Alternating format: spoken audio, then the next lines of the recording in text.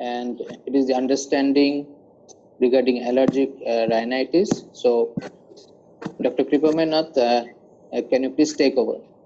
Hello, am I audible? Yes. Okay. Yeah. Good evening, everybody. Let me share my slides.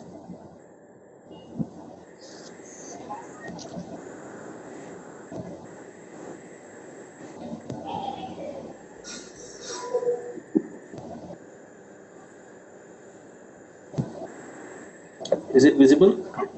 Yes, yes. Okay. It is okay. Okay, fine. So,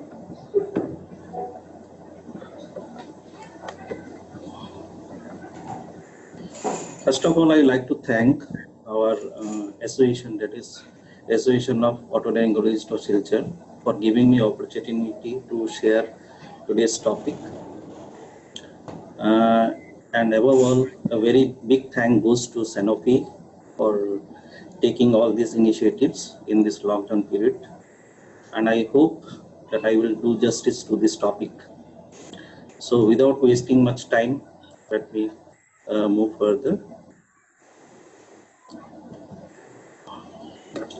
There are many things we know, but there are many unknown facts and figure remains hidden that we don't know. So to overcome such situation, I choose this topic. And my aim of today's topic is to bridge the gap between these two in a simple way by showing some facts, figure, data, and some guidelines. Now, as you know, allergic rhinitis has multi-morbidities. It can start from asthma to learning problems. There may be atopic dermatitis, there may be eosinophilic esophagitis, there may be in eye symptoms, there may be conjunctivitis, rhinosinusitis, and as the patient, all the organs involved, there will be more and more problems will be there. The most important thing is the learning problem in the children and the OSA. OSA is your obstructive sleep apnea.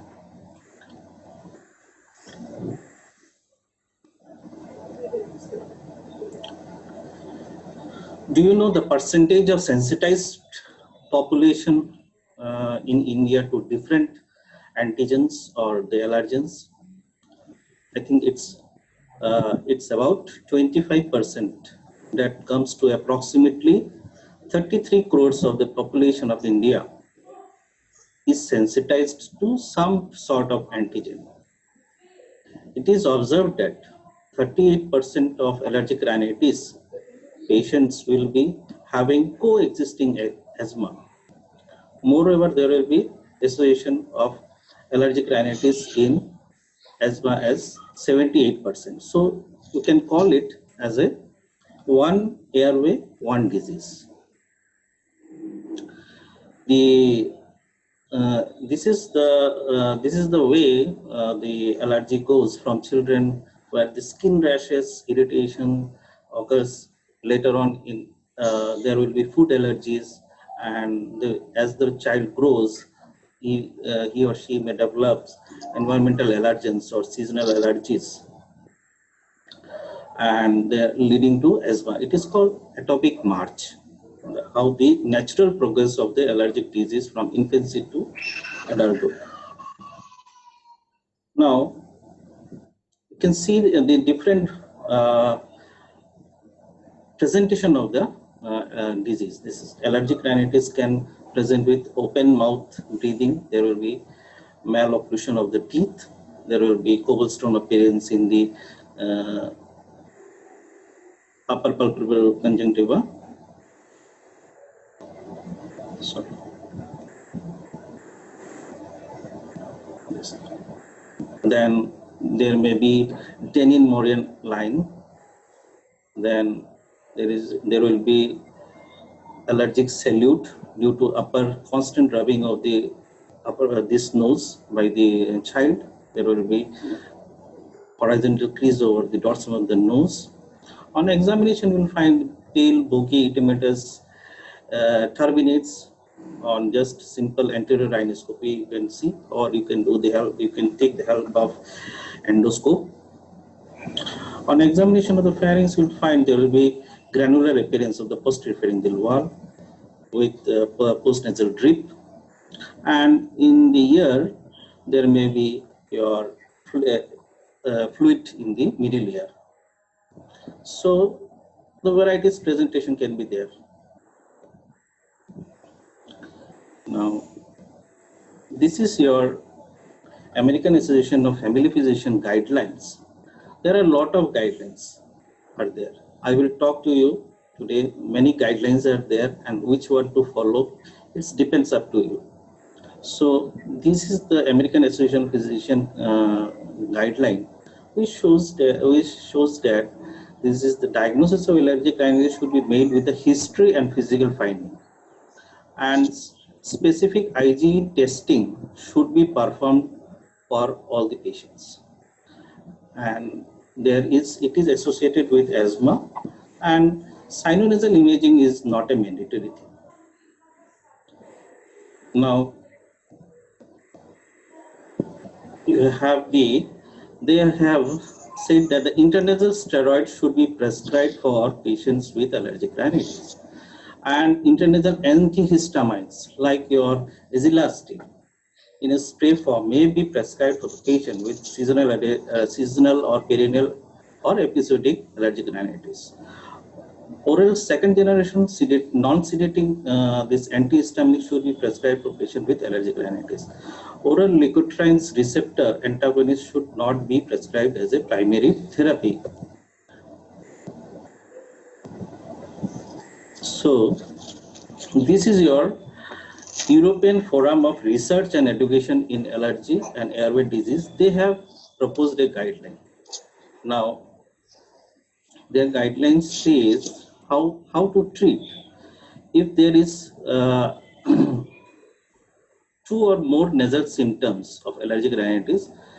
Primary treatment should be like this: nasal corticosteroids and or antihistamines or nasal oral non-sedating antihistamines. If the visual analog score is more than 5, you can step up to a fixed dose nasal corticosteroids. And again, if on assessment, if the visual analog score is more than 5, you can go for further to the allergen immunotherapy. So this is they have proposed this guideline. Now, all over the world, the ARIA classification is accepted, and it is the newer classification. Nowadays, the classification of this seasonal or perennial allergic rhinitis is no more existing. So what does ARIA classification says? It broadly classifies the allergic rhinitis into 2, that is your intermittent and the persistent one. Intermittent, when you call it, when it is less than 4 days per week or more than 4 weeks at a time. And in persistent, if it is less than 4 days per week, and if it is more than or equal to 4 weeks. So they have broadly classified in these 2. And again, they have divided these 2 into mild and moderate severe type. So this normal sleep, then no impairment of daily activities, leisure sports, work, normal work or school. If there is 2 such symptoms, then you can categorize this as a mild. If there is any of these symptoms or 2 or more of these symptoms, then you can categorize them into moderate to severe. So it is so simple. Now, this is ARIA. They have said to go for like this: mild, moderate to severe, mild to moderate, persistent, and severe persistent. In mild form, you just give intranasal cromolyn, that is your muscle stabilizer. This is from the ARIA only, and you can give oral non-sedating H1 antagonist. Intranasal decongestant can be given less than 3 days, and then allergen avoidance and other things has to be given in this mild form. In moderate to severe, mild and severe persistent, you have to add the intranasal corticosteroids. So these things will also be added here, but along with that, intranasal corticosteroid has to be given. And in very severe cases, you can add oral corticosteroids for very minimal days, that is 3 to 7 days. And if the symptoms or the condition is not improving after the treatment, you can go for immunotherapy. So this is the guideline given by the ARIA. Now there is one more. They have added like how to step up or step down therapy as per ARIA guideline. If the visual analog score is less than 5, we have to start with the initial medications like antihistamines, H1 antihistamines, leukotrienes, or intranasal corticosteroids, or fixed dose corticosteroids with azilastine. If the visual analog score is more than 5, you can start this one, any of the suitable medications with intranasal corticosteroids or intranasal corticosteroids plus azilastine. And you have to assess after giving this treatment. You can't wait for, say, go for come after 2 months or 3 months like that. You have to assess on daily basis up to 2 or 3 days, and then you have to again do the visual analog score, and you have to take the call whether you have to add some or medications, or you have to decrease. If the patient is improving, then you have to decrease it. So this is the ARIA guidelines in brief. Now, regarding the pharmacological options for rhinitis, here you can see that these intranasal corticosteroids are the main pharmacological options we have right now, and it acts in controlling the symptoms very efficiently. It can control the sneezing, itching, congestion, rhinorrhea, eye symptoms. In all the parameters, it is coming number 1. So you have to choose these intranasal corticosteroids, and then you have to go for the other things are there. Oral antihistamines are there also, but number 1 will be your intranasal corticosteroids. Now I will talk to you regarding this ICAR. ICAR is your International Consensus Statement on Allergy and Rhinology. Let me give you a brief idea what is ICAR. ICAR has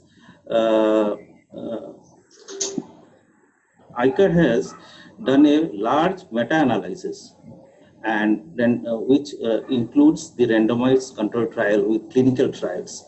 They did one thing. They took the it is a very this one exhaustive study with there are lot of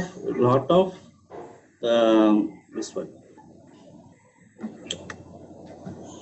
lot of this researchers were there, and the principal investigator is Sharake Weiss, and she did what she chose 103 topics and of allergic rhinitis, and she searched the topics in from 1945 till date.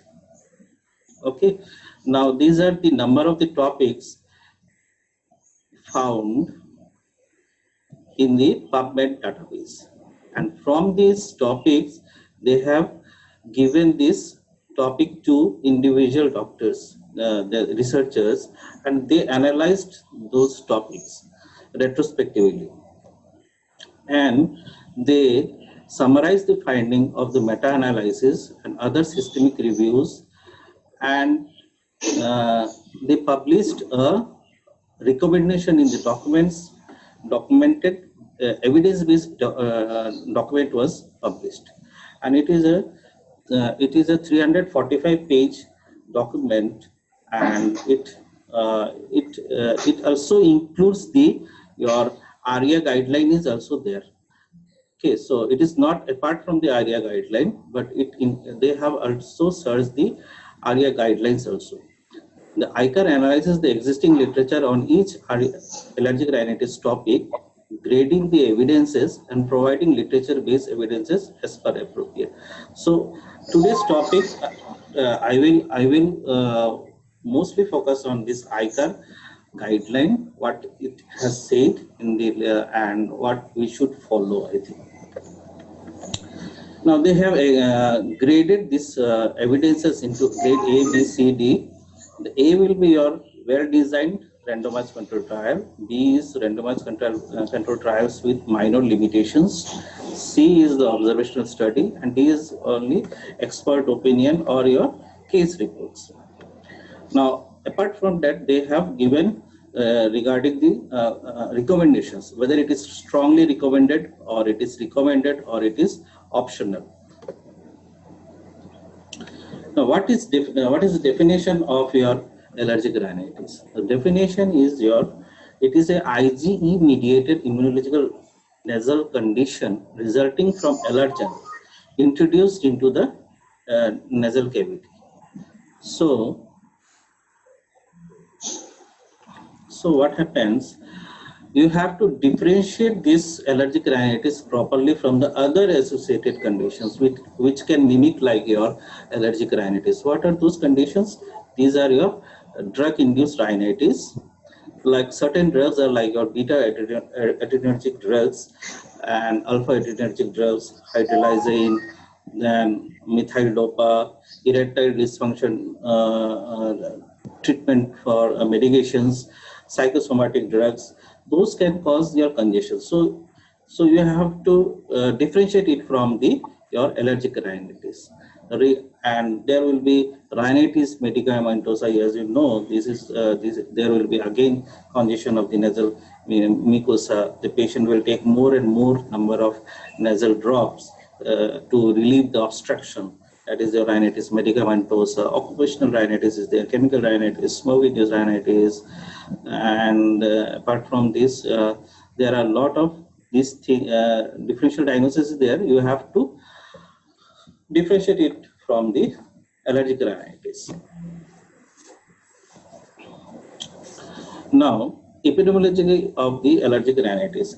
As the survey differs in terms of the definition, in terms of geography, seasonality in different part of the world. So the percentage of there is large variation is there in the incidence and the treatment protocol. So everybody is coming up with this guidelines of their territory. So we become very much puzzled. So we have to look into the details regarding the guidelines. So what is there is large variability into prevalence. You can find 10 to 40% of the population can be affected with the allergic rhinitis. It is highest seen in the children, and it is not seen in your abstinent. Infant, it is not seen. So this is a picture from the this one picture where you can see that it is widely prevalent in your Western countries, around 45%. Then USA it is 30, Europe is 30, then Middle East it is 45. So there is no such data from the India. What about the India? There is no such data. So what is the incidence will be there in the India? It will be more or less. So we have to find out, and you have to see that why it is more there in the Western countries.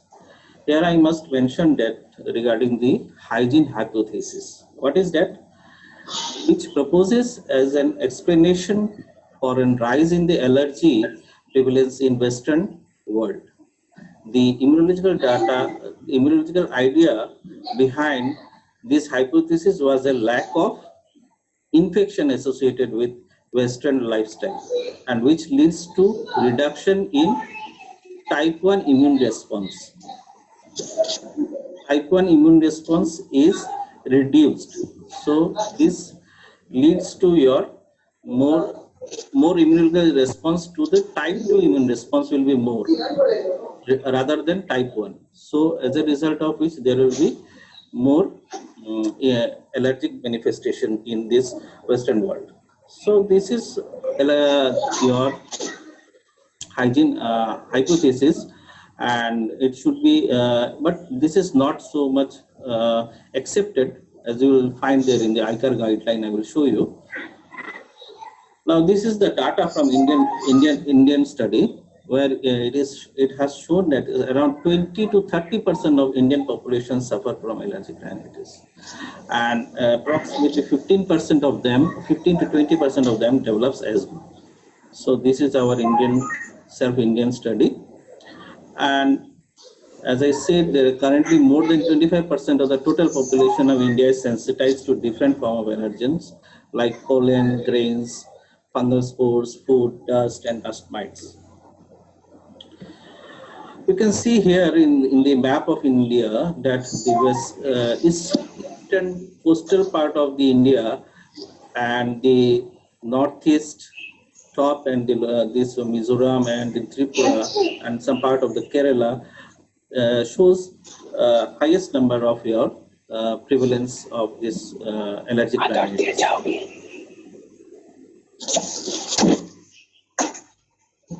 Now, when you come to the pathophysiology, with when you see this type of picture, you will become very much frightened, because there is a lot of immunological mediators are there, which pathway there is. So I try to make it a simple diagrammatic representation of this, and I will elaborate this.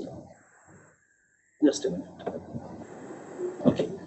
Now, as you see, this is the nasal epithelium, pseudostratified ciliated columnar epithelium with goblet cells, and this there is glandular epithelium, glands are there, and this is the antigen coming here. Antigen is there, and this is your dendritic cell, which is present there in the nasal epithelium.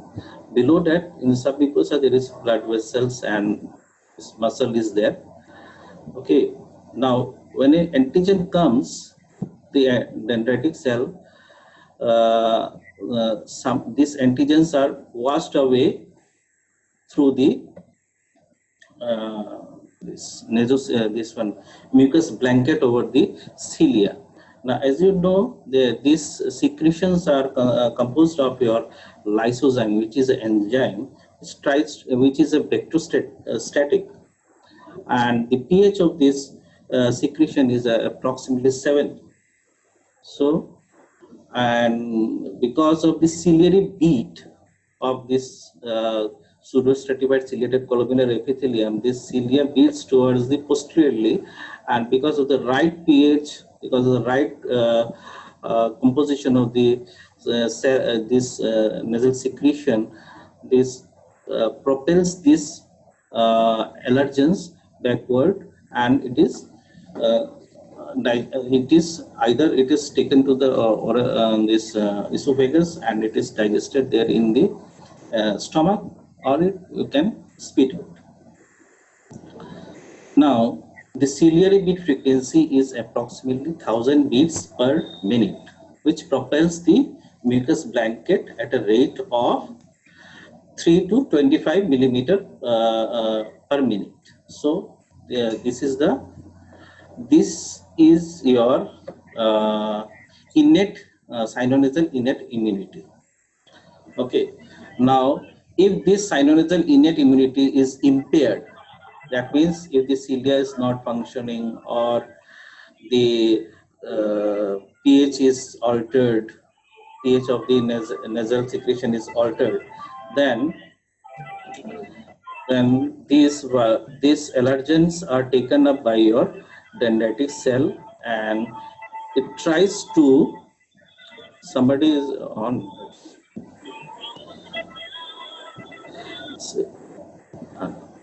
this dendritic cell takes up this pollen and try to digest it by itself with the help of the lysosome. The lysosome is secreted and try to destroy it, this pollen, completely. If it is completely destroyed, then there will not be any manifestation. of allergic response. Now, if it is not completely destroyed, then there will be, these are the chromosomes of the nucleus. Chromosome number 6, from there the HLA, this MHC class 2 molecules is produced with the help of messenger RNA, and this binds with the this one antigen, and it is presented over the cell surface of the dendritic cell. And now this, when it is presenting this antigen plus MHC complex 2 molecule together over the surface of this dendritic cell, it is called antigen presenting cell. Now this will come to your lymph node. This is your lymph node. Now here you have the T cells and the B cells. The yellows are the B cell and brown is your T cell. Now when this antigen presenting cell comes to this lymph node and presents its antigen complex with the MHC2 to the T lymphocyte, there are many T lymphocytes are there. So one of the T lymphocyte which recognizes the antigen of this antigen presenting cell along with the CD4, which recognizes the MHC class 2 molecule, then this T lymphocyte will be selected, and the other T lymphocytes will not be selected, and this T lymphocyte which is selected will be activated. Now once it is activated, what happens? Now see.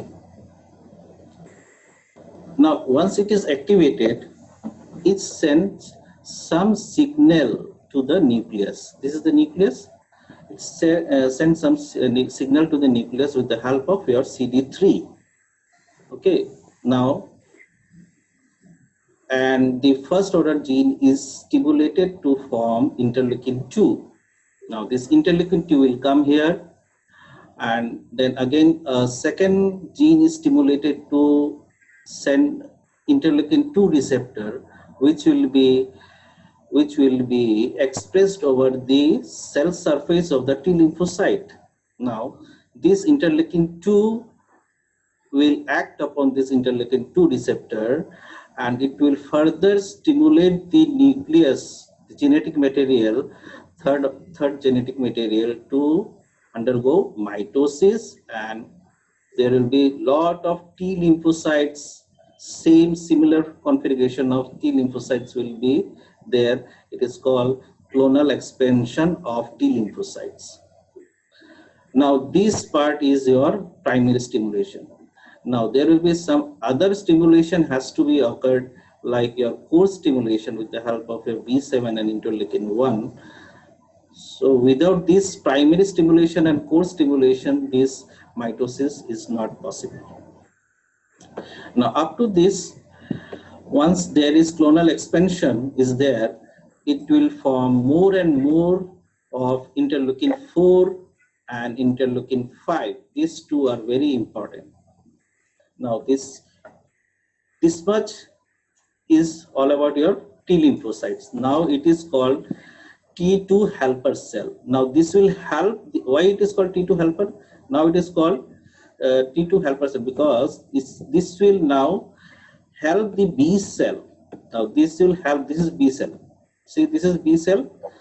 Now this will help the B cell to proliferate and secrete your immunoglobulin E.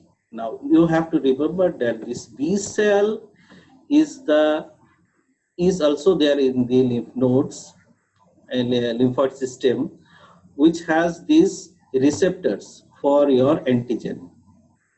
Now there are some antigens which are freely which are not digested by this your antigen presenting cell or the dendritic cell, which can freely move around. This allergens, antigens will be freely moving around, and this will come here. Now after coming here to the B lymphocyte, this get attached to this receptor. Once it is attached to the receptor over the B lymphocyte, what will happen? There will be stimulation to the nucleus, and this will send signal to they secrete this B cell receptor. Okay, and this will be expressed over the surface of the B lymphocyte. Now, there are numerous, plenty of interleukin-4 is secreted from this mitosis. This one, after the clonal expansion. This interleukin-4 is also called B cell growth factor. Now, this interleukin-4 will come here and sit over this receptor, which is already expressed over the surface of the B lymphocyte. Now, once it is sit over this receptor, this will send signal to undergo mitosis. Now you see there will be more number of B lymphocytes will be there with receptors over it. It is called clonal expansion of B cell. Now, under the influence of interleukin-5, what will happen? Interleukin-5 is important for your, there is more interleukin-5s are there. So this interleukin-5 will come in the late phase of allergy also. But in initial phase of allergy, in sensitization phase of allergy, there is this interleukin-5 will stimulate this B cell to undergo class switching. That is called class switching, means this B cell will now be converted into plasma cell. This is your plasma cell. Now this is no more B cell. This is your plasma cell. Now, from the plasma cell, the IgE antibodies are released. These IgE antibodies are then attached to your mast cell and tissue basophil. The mast cells are there and the tissue basophils, they will sit. Now come. Now up to this, it is your sensitization has occurred. Till now there is no allergic manifestation. Now once again, when the same allergen has entered to the body, so this allergen will not go to this long process. Now this allergen will come here and directly sit over this with the polyvalent cross-linking, and it will cross-link, mean this has to link the adjacent antibodies together. If it attaches to one antibody, then there will not be any degradation of this mast cell. Unless and until there is degradation, there will not be release of your mediators and there will not be any symptoms. Now, this antigen antibody complex will give 3 stimulation to the mast cell. Number 1 stimulation is this will degrade these granules, and this is released into the circulation to react in the surrounding submucosa. Like the number 1 is your histamine, which is a vasodilation is there, vasodilator. Then it increases the permeability of the vessel. There will be tissue edema. There will be spasmogenic effect. The smooth muscles are contracted, and the glands, that is your glands will secrete more. There will be more secretion of the nasal secretion will be more. So this is all about your histamine. And there will be neutrophil chemoattractive factors will be released. There will be eosinophil chemoattractive factors will be released. This means more number of neutrophil will come into the site, eosinophil will come into the site, and this will cause tissue destruction. There is another thing is released, that is your proteases, and complement factors are released like your C3, C5, which will be converted into C3A and C5A, which again stimulate this mast cell. This mast cell is stimulated. This is called autoregulatory stimulation of the mast cell. And there is local tissue damage, and due to increased inflammatory mediators. Now, the second pathway, and there will be release of the cytokines. These cytokines are your very important for your this late phase of your allergic rhinitis. Now, these are tumor necrosis factor, interleukin 1, interleukin 3, 4, 5, 6, granulocyte, monocyte, colony stimulatory factor. This 4 and 5 is very important. 4 is important for your this one, B cell clonal expansion of the B cell, and 5 is important for your eosinophil recruitment. Now, there is one more signal is coming to the phospholipid A2 to convert this prostaglandin into arachidonic acid. Okay, now prostaglandin into arachidonic acid by arachidonic acid, and these will undergo two pathway, that is the cyclooxygenase pathway and one is lipoxygenase pathway. These leukotrienes which are secreted, this is B4, C4, D4, E4. These C4, D4, E4 are the most potent vasogenic effect over the smooth muscles of the bronchioles. Okay, this is the most potent. Then your histamine also, this is the most potent one. So this is your arachidonic acid metabolism. Now, as the more number of eosinophil is coming, more neutrophil is coming, more tissue destruction is there, more interleukin 4, 5 is coming there. So this process will continue for many days, say around 10 to 14 days, this late phase occurs. Okay, and the primary sensitization, primary phase is around 1 hour only. This one, the primary mediators will cause you that will cause these effects for only 1 hour. So this was, in short, I try to make it regarding the pathogenesis.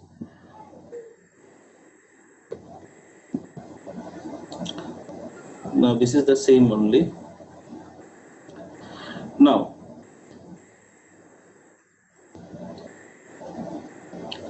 what are the risk factors proposed for development of allergic rhinitis? Whatever the data I am showing you, it is all from the ICAR guidelines.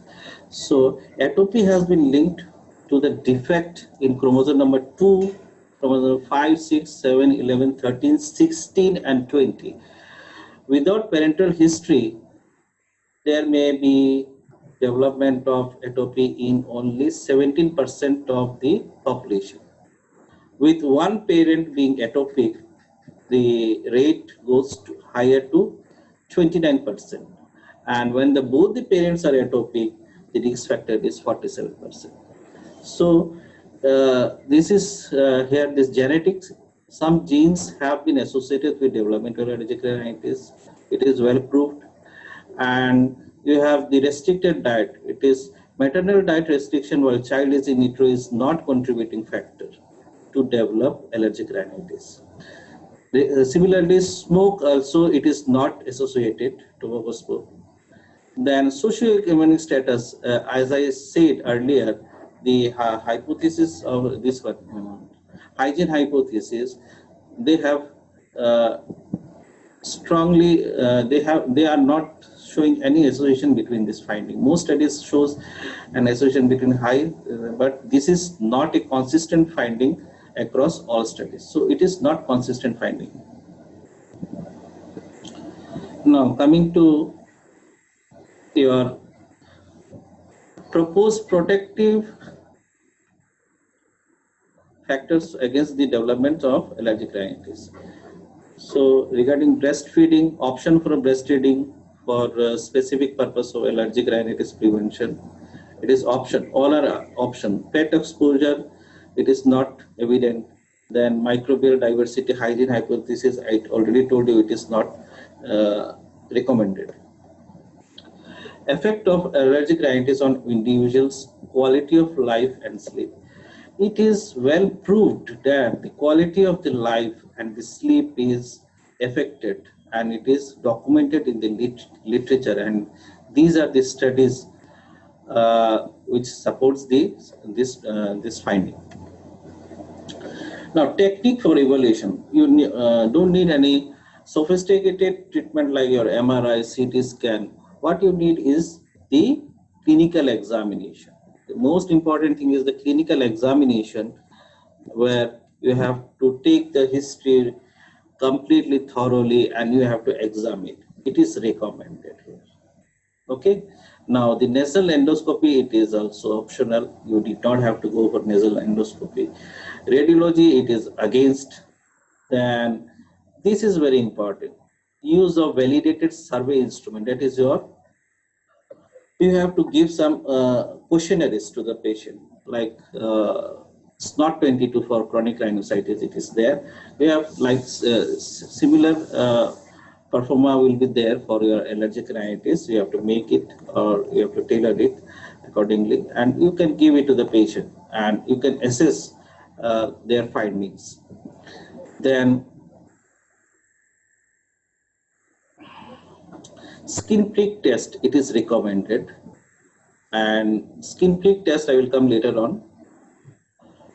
And then serum total IgE, it is optional. Most of the time we see that we are writing serum IgE for evaluation of the atopic status of the patient, but it is optional. You can give it, but it is not recommended. The most important is your serum specific IgE estimation. You have to individually, you have to assess the specific IgE for the antigen, and it is recommended. Okay. Now, other things like your nasal serum IgE, then basophil activation test, nasal propagation test, nasal cytology, nasal histology, these are all not so much confirmatory, not so much recommended. Now, coming to the treatment part.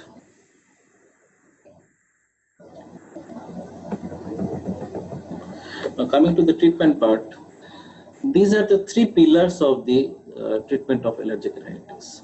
One is your allergen avoidance, one is your pharmacology, one is immunotherapy.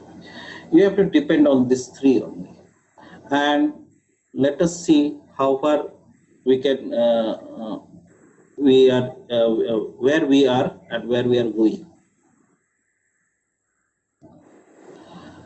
So this is my previous chart, and I will try to show you where these things act. Allergen avoidance is the best, but this is not possible always. And if you can avoid these allergens, then the whole cycle is not going to occur. So this is best, but it is not possible always, as I said. Next is your cytokines inhibitors, corticosteroids. This will block this pathway. This interleukin 5 will not be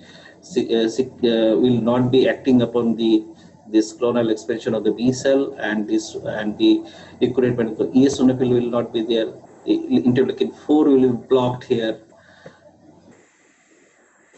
Then anti-IgE immunotherapy, anti-IgE therapy, that is your omalizumab, anti-IgE antibody.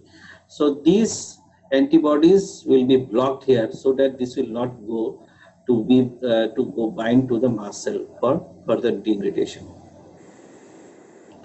Then you have mast cell stabilizers, which has its own side effects also, ketotifen, sedating. Then this cytokines inhibitor, corticosteroids, then the prostaglandin D2 receptor antagonist. This will blocks this cyclooxygenase, the lipoxygenase pathway here. Then you have the antihistamines. Once the mast cell is degranulated with the help of your antigen antibody complex, then the release of these histamines will occur, which needs to be acted upon these smooth muscles and the blood vessels they have the receptors for this histamine, H1 receptor, so they can be blocked by this antihistamine. This is late. And regarding the immunotherapy, I will come later on. The immunotherapy part is there, which is the most important. How it acts, I will show you. Allergen avoidance, you can see here very well this how dust mite, cockroach, these are all options. It is not a recommended by the ICAR guideline. Now regarding antihistamines in the management, will one by one will come. Antihistamines are the preferred management of your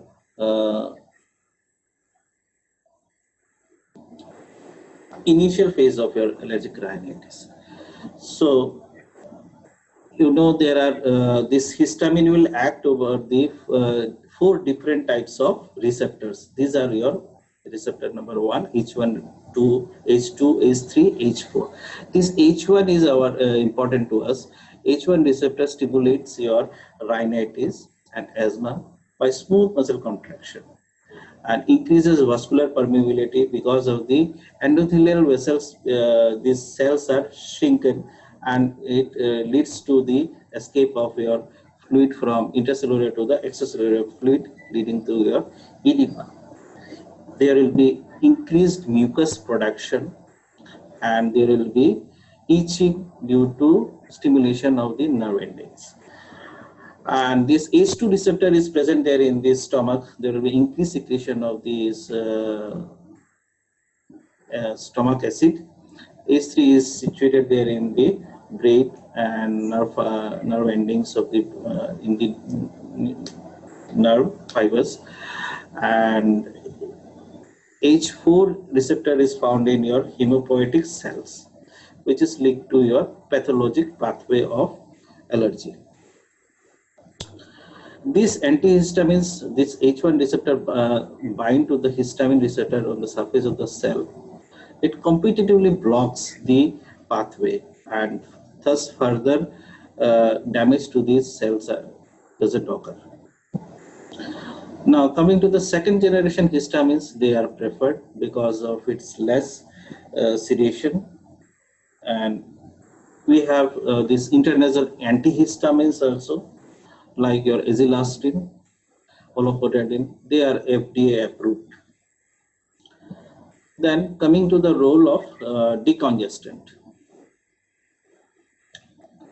This decongestant, there are 2 types of adrenergic receptors are there, like your alpha receptors and your beta receptors. Stimulation of the alpha receptor causes constriction of the smooth muscles, vessel wall and mucous membrane. Stimulation of the beta receptors causes dilatation of the vascular smooth muscles, relaxation of the bronchioles, smooth muscles, and cardiac stimulation. So these oral decongestants or topical decongestants will act on the adrenergic receptor to cause constrictions in the nasal mucosa, resulting in the decreased inflammation. And it should not be given for more than 3 to 5 days. Otherwise, the patient will be dependent on this for the relief of the obstructions, and later on the patient will have rhinitis medicamentosa. Which is the ideal parameters? What are the ideal parameters of antihistamines? The best quality antihistamine should have these properties, like it should be your effective, like is other potent and selective activity at H1 receptors only, with less side effects, and it should be potent, and there should not be any interaction with cytochrome P450. Now, these are these comparative studies done with all these antihistamines, which shows that the fexofenadine is having less side effects, and it is approved by your FDA also.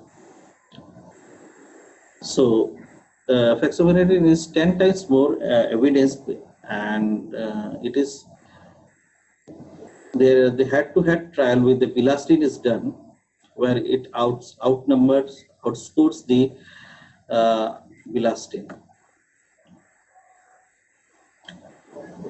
Then you have this is your fexofenadine is already US FDA approved,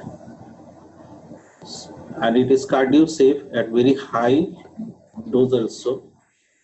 There is no QTC interval prolongation also, so it can be given safely in elderly people also. Now, role of leukotriene receptor antagonist in the management of allergic rhinitis. Leukotriene receptor antagonist is another therapeutic class of the drug indicated for allergic rhinitis therapy. It blocks the activity of cisternyl leukotrienes. I showed you there in the lipoxygenase pathway. It blocks there, and it further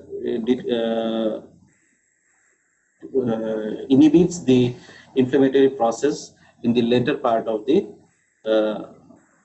late part of your allergic rhinitis manifestation.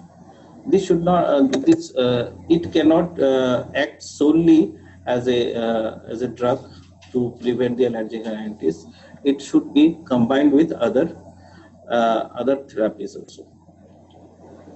ARIA guidelines recommended leukotriene receptor antagonist for the use in patient with seasonal allergic rhinitis. Now, the role of intranasal corticosteroids in the management. The role is, I can call this corticosteroids, intranasal corticosteroid, as a man of the match tool. You can call it man of the match tool.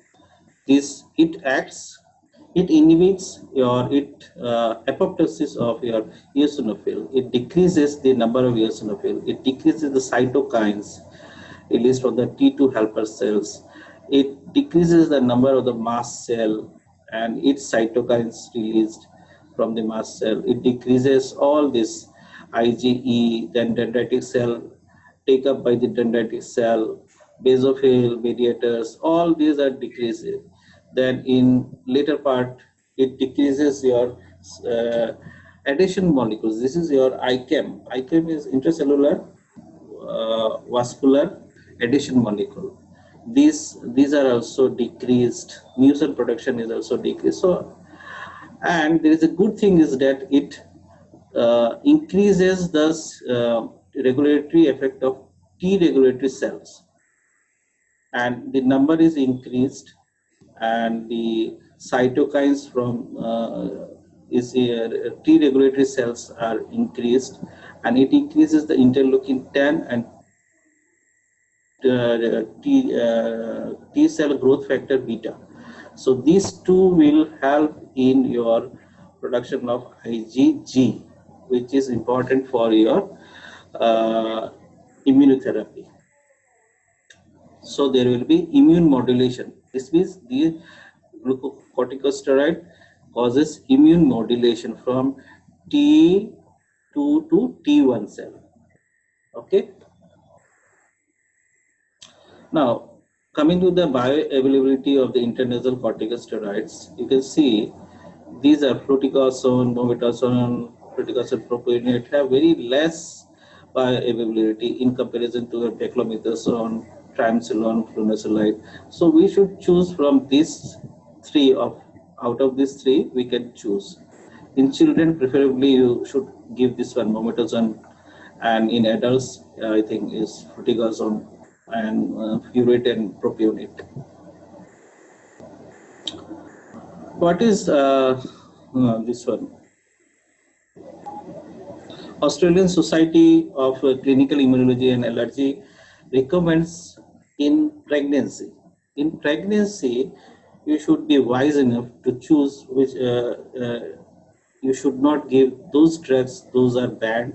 Those can cause fetal distress or can reduce the growth of the child. So you have to be very much careful. Up to 20% of the pregnant women develop symptoms of rhinitis, hence There are few well-controlled clinical studies in pregnant women examining the safety of many of the medication used. Medications for allergic rhinitis should not be used during pregnancy.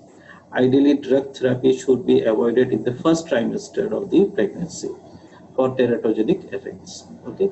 Now, you have to give only saline nasal drops, saline nasal irrigation, and nasal decongestants are not recommended.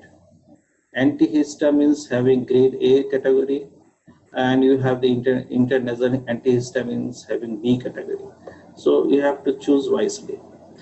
Now, what ICAR has to say about the pharmacotherapy? Which one? Let us see which one is recommended.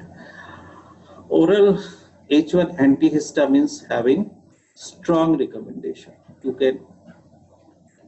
can give it. It is suggested, not it is strongly recommended. That is to up to newer generation. Now, intranasal antihistamine, it is recommended like your azilastine. Then oral corticosteroids like your in tablet form steroids, it is not recommended at all. Okay. Then injectable corticosteroids also not recommended. Intranasal corticosteroids sprays, as I said, it is strongly recommended. It should be used as first line of therapy in the treatment of allergic rhinitis. Oral decongestant, then topical decongestants, these are all options. You can use it for a limited period of time. Liquid trines then should not be used as a monotherapy in the treatment of allergic rhinitis. It should be combined, should not be single drug. Okay. Now, sodium promoglycate as it is an option. Okay. Now, intranasal anticholinergic drugs like ipratoromin bromide can be given in perennial allergic rhinitis, that is your persistent variety of allergic rhinitis, to control the rhinorrhea part. That is, it decreases secretion. It is an option. Okay. Then anti-IgE antibody, there is omalizumab. There is no indications, but research is going on. FDA has not approved the treatment, but it can be given. I will tell you where you can give. This can be given along with the immunotherapy. Nasal saline. This nasal saline, it has a strongly recommended that we should use nasal saline. The pH of the nasal secretion is maintained with the isotonic nasal saline nasal wash. Along with the nasal wash, the harmful antigens are also washed out. Is strongly recommended as a part of the treatment for strategy of allergic rhinitis. Probiotic, many times you will see the patients are prescribed with probiotics. Yes, probiotic is helpful as it immunomodulate, but the immunomodulate from T1, T2 to T1 type of immune modulation. So it is an option, but this is not also recommended. Strong recommendations comes here. Combination of intranasal corticosteroids and intranasal antihistamines. It is strongly recommended. That means combination of fluticasone along with azilastine is strongly recommended that we should give for therapy when the monotherapy fails to control allergic rhinitis in persistent variety, in moderate to severe variety type. You can see here when the pharmacotherapy ends, there is acupuncture, you have honey, you have herbal therapies. They have found that these are the number of the publications with some options and some these are not recommended. This acupuncture is an option when all the therapies are failing and the patient is subjected for immunotherapy, but patient is not willing to go for immunotherapy because it has its own limitation and cost effectiveness, cost involved is there. Plus patients are also sometimes worried. So you can, in those cases, they have given this of acupuncture can be option. Now, coming to the surgery in allergic rhinitis, as per ICAR guideline, is that You can see this allergic, the surgery will not cure allergy. Okay, now surgery is done to correct any deformity in the nasal cavity, to make the airway clear, so that your intranasal steroid, your nasal wash, your intranasal antihistamines can go properly to the nasal mucosa. Okay, now these are the randomized controlled trial. These are two, and this is the observational study.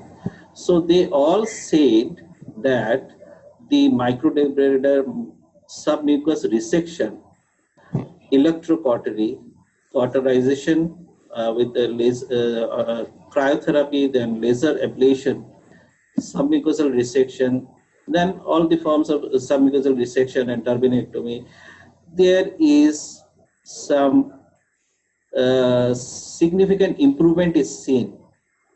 Okay, so they have recommended this surgery. You can go for this surgery in allergic rhinitis to improve the airway only, not to cure the disease. Okay, now immunotherapy. Now in immunotherapy, what happens when the patient is allergic? This is antigen presenting cell, this is allergen. This is the your HLA class, MSC class 2 molecule. This is the binding with your T knife cell, and it will promote to your T2 helper cell, and this will produce interleukin 4, interleukin 5. Interleukin 5 will produce eosinophil. It will this will attract eosinophil, and there will be from the B cell, this interleukin 4 will act on the B cell to produce IgE, and this will produce this allergic response. This is your normally what is happening there in the allergy. Now what happens when you subject the patient to immunotherapy? This pathway is switched to your T regulatory cell to produce T cell growth factor beta, which will produce interleukin 10. Now this has a negative effect over the T2 helper cell, and this will help the B cell directly. This will help the B cell. This B cell is produced from the T1 cell. T1 cell will promote the this one clonal expansion of this B cell with the help of interferon gamma to produce IgG. Now this IgG has negative effect on your allergic response. Now this is the thing, this is a immune modulation of your the subject from the T2 helper cell to your T1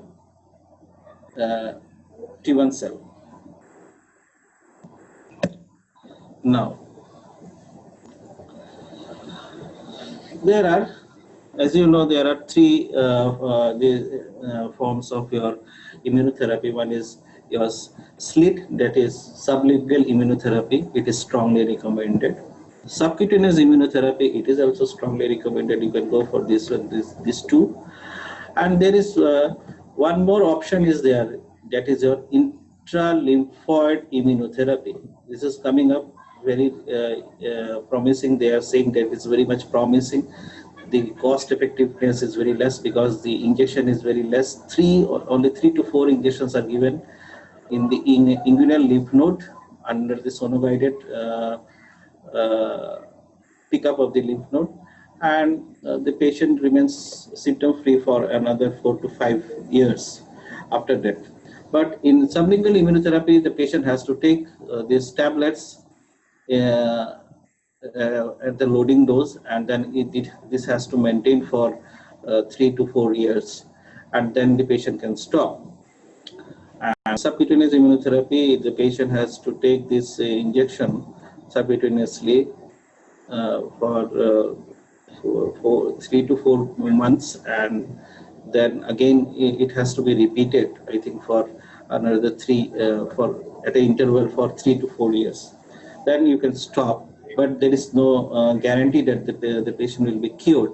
The patient may require another set of this immunotherapy for for the control of the disease. Now, this is the thing, the anti-immunoglobulin therapy, that is IgE anti-immunoglobulin therapy, the omalizumab, is very costly, and it is one vial costs around 19 to 20,000 rupees, and it has to be given on a monthly basis. It for 3 to 4 months, like that. It prevents Ig interaction with the Ig affinity, Ig receptor on the mast cell and basophil. Several studies have shown beneficial effect in allergic rhinitis, such as decreasing daily symptoms.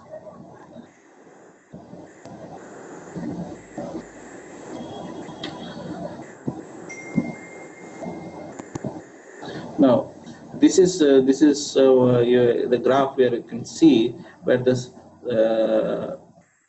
when the anti-IgE antibody, this immunoglobulin anti-IgE is added, this omalizumab, along with the immunotherapy, then the symptoms are much less. When in case of plain immunotherapy, you can see, and this is the immunotherapy along with the anti-IgE. Similarly for grass pollen also, this is the thing.